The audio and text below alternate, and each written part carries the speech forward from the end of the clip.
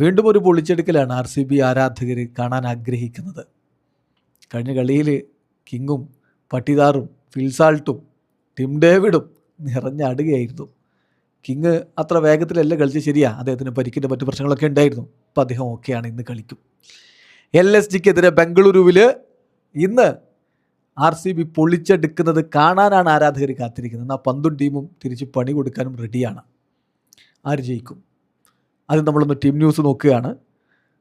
King Kohli ഓക്കെയാണ്, അദ്ദേഹം നെറ്റ്സിൽ practice ചെയ്യുകയുണ്ടായി. സോ ഇന്നത്തെ മത്സരത്തിൽ അവരുടെ ഒരു പ്രോബിൾ 12 നോക്കുകയാണെങ്കിൽ Virat Kohli, Phil Salt, Devdutt Padikkal, Rajat Patidar, Tim David, Jitesh Sharma, Romario Shepherd, Krunal Pandya, Bhuvneshwar Kumar, Jacob Duffy, Suyash Sharma, number 12 Rasikh Dar.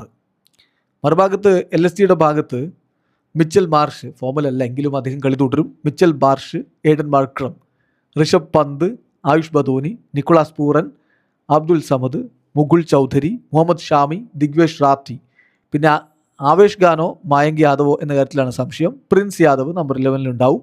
Shahbaz അഹമ്മദോ M സിദ്ധാർത്ഥോ number 12 കാണാം. അപ്പോൾ ഇതാണ് നമ്മൾ ലക്നൗ സൂപ്പർ ജയൻസിൻ്റെ ഭാഗത്തു നിന്ന് പ്രതീക്ഷിക്കുന്ന ഒരു പ്രോബിൾ 12. ആര് ജയിക്കും എന്നുള്ളതാണല്ലോ ചോദ്യം. റാഫ്റ്റോക്സിൻ്റെ പ്രഡിക്ഷൻ RCB വീണ്ടും ജയിക്കുമെന്നാണ്.